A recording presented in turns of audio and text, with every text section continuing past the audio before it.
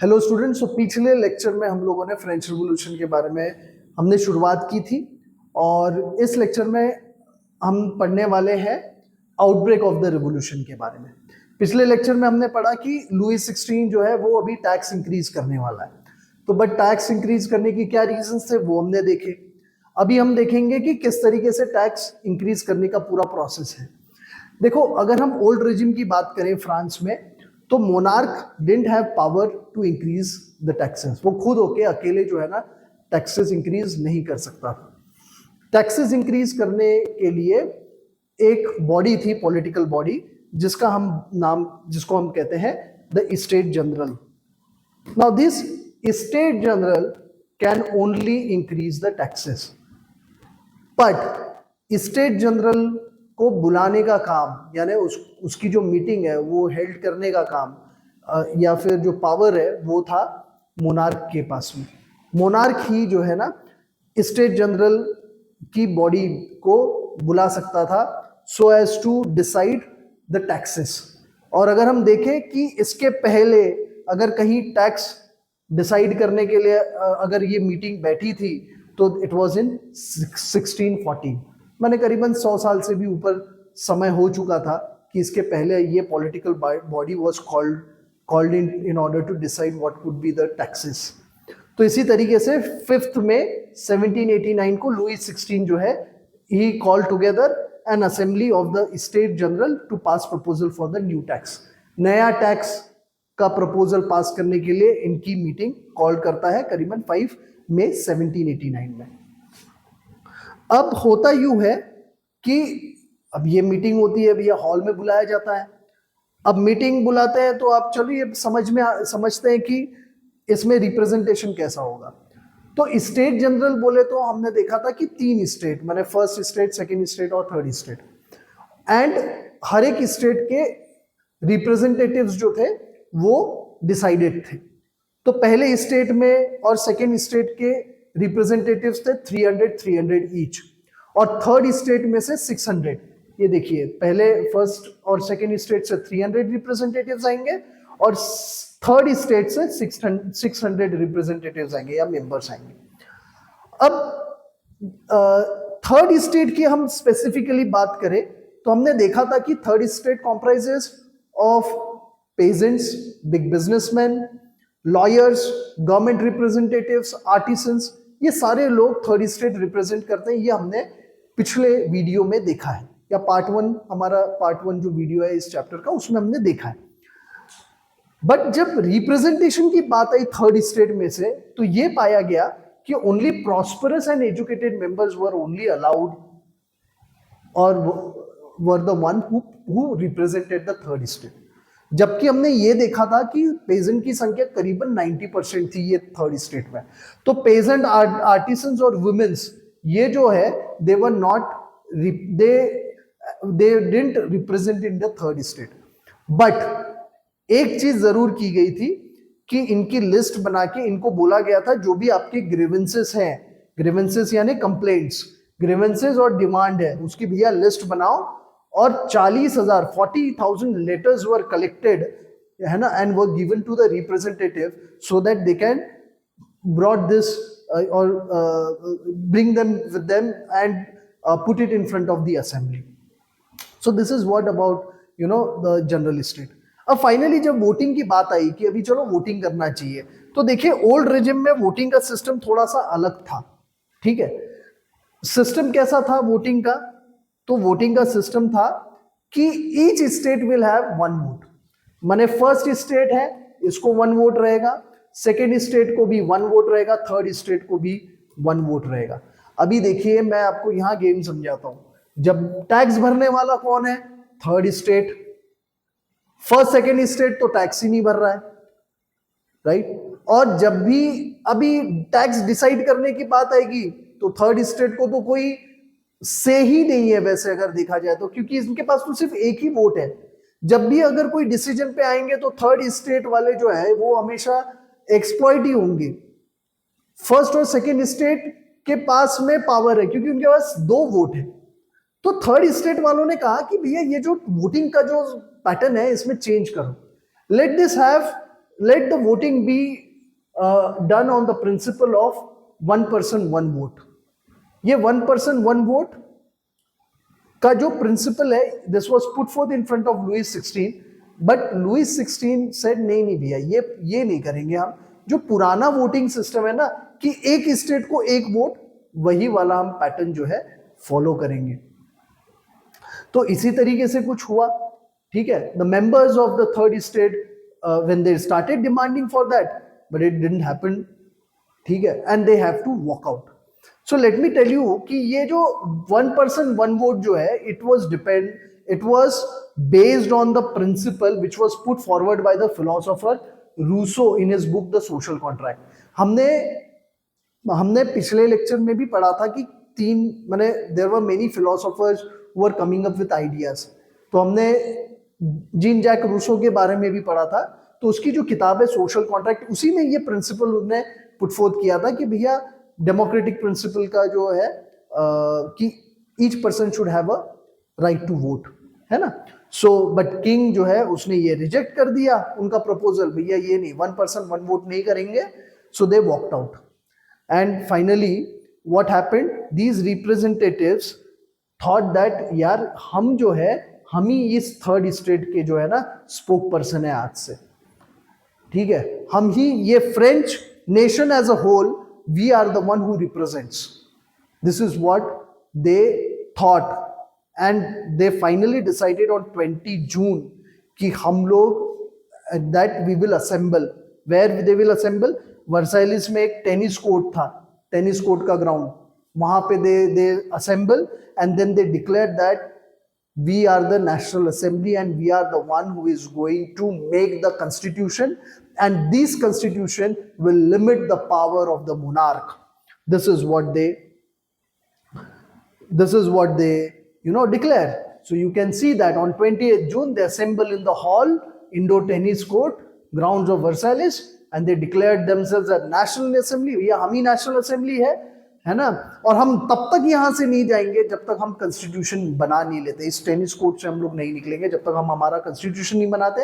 And we will limit the powers of the monarch. This is what they declared. यहाँ पे करीबन मैंने बहुत सारे लोग थे, उसमें से दो लोगों का नाम यहाँ पे दिया हुआ है, एक है मिराबी और Abbe Sieyes. You could see this, Mirabeau and Abbe Sieyes. Mirabeau की मैं बात करूं तो ये नोबल फैमिली से आते हैं मिराबी, हालांकि नोबल फैमिली से, बट फिर भी ही सपोर्ट्स थर्ड स्टेट। बहुत सारे स्पीचेस देते हैं ये, है ना, और he speak against the feudal privileges. और वर्साइलिस में जर्नल्स और पावरफुल स्पीचेस काफ़ी देते हैं ये मिराबी, इसी मूवमेंट को सपोर्ट करने में। और एबीसीज जो है ये खुद जो है प्रिस्टली फैमिली से आते हैं, ठीक है। He also opposed the old regime, and he also wrote an influential pamphlet जिसका नाम था What is Third State, ठीक है। तो ये दो नाम है जो आपको फर्स्ट स्टेट और सेकेंड स्टेट से आते हुए दिखाई देते हैं, and they are fighting for the cause of third state. Finally national assembly जब ये बिजी थी, है ना, वर्साइलिस में कॉन्स्टिट्यूशन को ड्राफ्ट करने में, तभी बाकी जो फ्रांस है उसमें बहुत सारा जो है ऐसा कुछ हो जाता है कि जिसके वजह से पूरी जगह टर्मोइल है। टर्मोइल यानी हाहाकार मच जाता है। क्यों हाहाकार मच जाता है? एक तो भैया सीवियर विंटर कैसा है भैया, सीवियर है, जिसके वजह से जो हार्वेस्ट है वो खराब हो जाती है। हार्वेस्ट खराब हो गया यानी क्या? हार्वेस्ट खराब हो गया यानी अनाज जो है वो कम आएगा मार्केट में अगर अनाज कम आ गया और डिमांड ज्यादा है तो what will it happen? It will lead to the increase in the price of the bread, and this is what happened, ठीक है। हार्वेस्ट खराब हो गया, अनाज का उत्पादन कम हुआ, ब्रेड के प्राइसेस बढ़ गए। अब जो बेकर्स थे जो ये ब्रेड बनाते थे, दे डिसाइडेड कि भैया अभी चांस है, चलो एक्सप्लॉइट करते हैं। उन्होंने इसी सिचुएशन का फायदा उठाते हुए जो भी उनके पास में सप्लाईज था उसको होर्ड कर दिया। Hoarding means they collected and they saved in their godown, है ना। एंड बाद में ऐसा हुआ कि कुछ दिनों के बाद में देखा कि यार लोग लंबी लंबी कतारें लगा रहे हैं बेकरी के बाहर में। और फाइनली एक दिन ऐसा होता है कि जो विमेन है they become very angry and then they finally storm into the shops. और जब ये ऐसा होता है शॉप्स में, जब ये विमेन घुस जाती हैं और स्टॉर्म करती है, तो 14th जून, सॉरी जुलाई, 14th जुलाई 1789 को then finally Louis XVI decides that they should, bring their army troops to control such kind of turmoil that was happening in Paris। और इसी चक्कर में हम लोगों ने जो पढ़ा था 14 जुलाई, जो हमारी फर्स्ट इस चैप्टर की जो पहली लाइन है, इन द मॉर्निंग 14th जुलाई 1789, है ना, वो जो हमने सुना था, वो जिस दिन मतलब लोग जो है पूरे जो हाथ में आता है, उनके हाथ में जो कुछ आते हैं वो लेके सीधा मैंने वो घुसते हैं बेस्टाइल में और बेस्टाइल को डिस्ट्रॉय करते हैं। This is what happens, agitated crowd, whatever they have, they take in their hand and they just storm। ठीक है, कंट्री साइड में भी रूमर फैलते हैं, विलेज टू विलेज। ठीक है, क्या रूमर फैलता है कि ये जो लॉर्ड्स हैं, lords of manor, lords of manor means what, manors यानी जिनके पास में बहुत बड़ी बड़ी प्रॉपर्टीज हैं, जिनके पास में बड़े बड़े मैंशंस हैं, तो उनके जो ओनर्स हैं they were called lords of manors. ये लॉर्ड्स ऑफ मैनोर्स ने भी क्या किया है, they have hired bands of brigades, माने लोगों को हायर किया हुआ है किसके लिए, to destroy the ripe crops, जो क्रॉप जो खड़ी फसल है उसको तोड़ने के लिए इन लोगों ने कुछ लोगों को हायर किया हुआ है। Now they are going to burn the crop, they are going to destroy the ripe crop. This is what the rumour, इस तरीके का रूमर जो है पूरा मैंने सब जगह पे फैलता है और लोगों को डर लगता है यार हमारी जो फसल है वो काट देंगे। और इसी के चलते जो पेजेंट के पास में जो कुछ भी है, होज है, पिचफॉक्स है, now these are what, hoes and pitchforks, they are nothing but agricultural tools which are used for the several work that need to be done in the agriculture। तो ये जो कुछ भी मिलता है वो सब लेके चैट्यूक्स पे अटैक करते हैं। Now what is चैट्यूक्स? चैट्यूक्स are nothing but the palace of the nobles, palace माने the residential places of the nobles। तो जहां जहां residential places है माने nobles के, उनके ऊपर में अटैक करते हैं। वहां का जो भी उनके पास में फूड ग्रेन्स होगा वो लूटते हैं, होर्ड करते हैं। ठीक है, they burn down all the documents that were there with and the records of the manorial dues। ये है कि क्या होता था कि पेजेंट्स, इनके पास में पैसों की हमेशा किल्लत होती थी, तो पैसों की किल्लत है तो उधार लेते थे, और जब उधार लेते थे तो कौन देगा, लॉर्ड्स ही उधार देगा। तो लॉर्ड्स के घर में अगर आपने अटैक कर दिया, नोबल्स के घर पे अगर आपने अटैक किया, तो वहां पे जा जाके इन्होंने डॉक्यूमेंट्स निकाले। वो डॉक्यूमेंट जहां पे कच्चा चिट्ठा रखा रहता था, किसको कितना पैसा दिया है, किसके कितने ड्यूज हैं, वो सारे डॉक्यूमेंट्स निकाल के इन्होंने पूरे जला दिए। ठीक है, अब इस चक्कर में जो भी वहां पे लॉर्ड्स थे उनको लगा भैया अभी हमारी कोई खैर नहीं है, हमने यहां से भाग जाना है। तो ये जितने नोबल्स हैं वहां पे, large number of nobles, they fled from their homes and many of them migrated to the neighbouring countries. This is what happened with the nobles. अब फाइनली हुआ यूं कि लुईस 16 को समझ में नहीं आया भैया अभी क्या करें। पहले तो वो अपोज कर रहा था, क्योंकि अपोज किया इसीलिए थर्ड स्टेट के रिप्रेजेंटेटिव बाहर निकल गए एंड नेशनल असेंबली उन्होंने फॉर्म की वर्साइलिस के टेनिस कोर्ट में।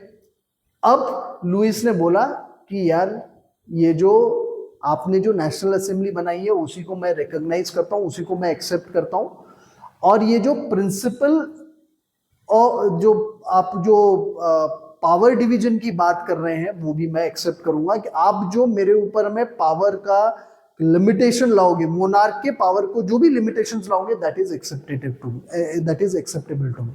क्योंकि उसको लगा भैया लोग ही मेरे अगेंस्ट में हो गए हैं, उनको कैसे हम अभी मनाएंगे, है ना। तो जो नेशनल असेंबली कहेगी चलो उसको मान लेते हैं, नहीं तो गड़बड़ हो जाएगी, नहीं तो मुझे भी ये सब छोड़ के जाना पड़ेगा यहाँ से। और फाइनली 4 अगस्त 1789 में असेंबली एक रेजोल्यूशन पास करती है और उसमें वो बोलती है कि ये जो ओल्ड सिस्टम है, feudal system, now it is abolished. Old tax system, it is also abolished. Now there is no privilege to anyone, ठीक है। प्रिविलेज, क्लर्जी के भी प्रिविलेजेस ले लिए गए। और ये जो अब हमने देखा था tithes, it was the tax which was collected from the third state by the church, that was also abolished. And finally जो भी प्रॉपर्टी चर्च के पास में थी, it was confiscated. Confiscated means जब्त करना। So that property was confiscated. और फिर जब ये पूरा तांडव चला, लास्ट में गवर्नमेंट ने जब देखा, उनके पास में पूरा कैलकुलेशन किया कितना एसेट है, तो उन्होंने देखा भैया 2 बिलियन लिवरीज के एसेट्स उनके पास में ऑलरेडी कलेक्ट हो चुके हैं। तो इस तरीके से पूरा जो है national assembly had controlled the monarch.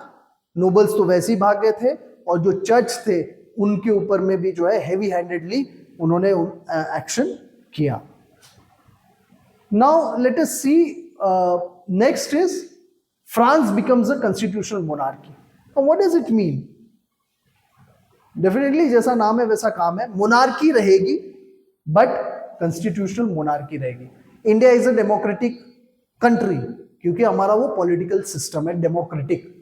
जब हम बात बोल रहे हैं फ्रांस बिकम्स कॉन्स्टिट्यूशनल मोनार्की, यानी वहां का पॉलिटिकल सिस्टम अभी ऐसा बना है जहां पे मोनार्क भी है और वहां कॉन्स्टिट्यूशन भी है। कॉन्स्टिट्यूशन यानी इट्स अ रूल बुक, है ना।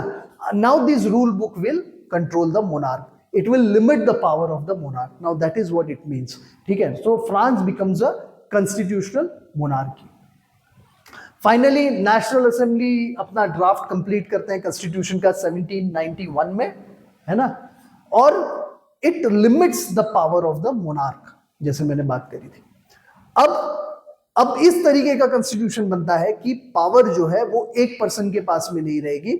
The power will be divided amongst 3 institutions, amongst different institutions, amongst 3 institutions, that is legislature, executive and judiciary. तो अभी पावर जो है डिवाइडेड है लेजिस्लेचर, एग्जीक्यूटिव और जुडिशरी। अभी मैं आपको फिर से बताता हूँ, लेजिस्लेचर वो लोग होते हैं जो लॉ बनाते हैं, एग्जीक्यूटिव वो लोग होते हैं जो लॉ बना हुआ है उसको इम्प्लीमेंट करने का काम करते हैं, जुडिशरी वो होती है जो वो देखती है कि लॉ के हिसाब से काम चल रहा है या नहीं चल रहा है ना। लॉ को मेंटेन करने का काम भी जुडिशरी का है ना, लॉ के हिसाब से काम हो रहा है कि नहीं हो रहा है। सो दिस इज द 3 इंस्टीट्यूशन। आज हमारे भी यहाँ पे 3 इंस्टीट्यूशन, डेमोक्रेसी में भी 3 इंस्टीट्यूशन है, legislature, executive, judiciary, and there is a division of power amongst these 3 institutions.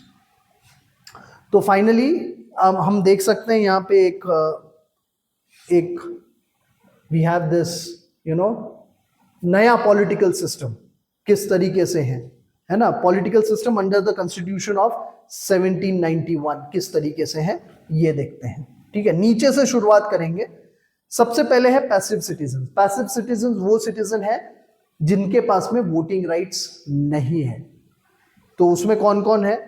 Women, children and youth below 25। Now these were the one who didn't have voting power, they were called as passive citizens. There was माने करीबन 3 million, about 3 million men, no voting rights, about 3 million men यहाँ पे दिया हुआ है। Then we have active citizens. Active citizens कौन? जो भैया 25 के ऊपर में है। और ये देखा गया कि 28 मिलियन पॉपुलेशन में से करीबन 4 मिलियन पॉपुलेशन को ये they were entitled to vote. अभी who will be entitled to vote? किसको वोटिंग का राइट रहेगा? तो यहाँ पे एक्सप्लेन किया गया है, उन्होंने क्राइटेरिया ठहराया, हर पर्सन को राइट टू वोट नहीं रहेगा, ठीक है। 1 पर्सन 1 वोट तो रहेगा ही, but not everyone will vote, ठीक है। वोटिंग के लिए क्राइटेरिया सेट किया गया था कि जो 25 साल के ऊपर में है वही लोग वोट कर सकते हैं। Now you can see this, है ना, 25 साल के ऊपर के लोग वोट कर सकते हैं।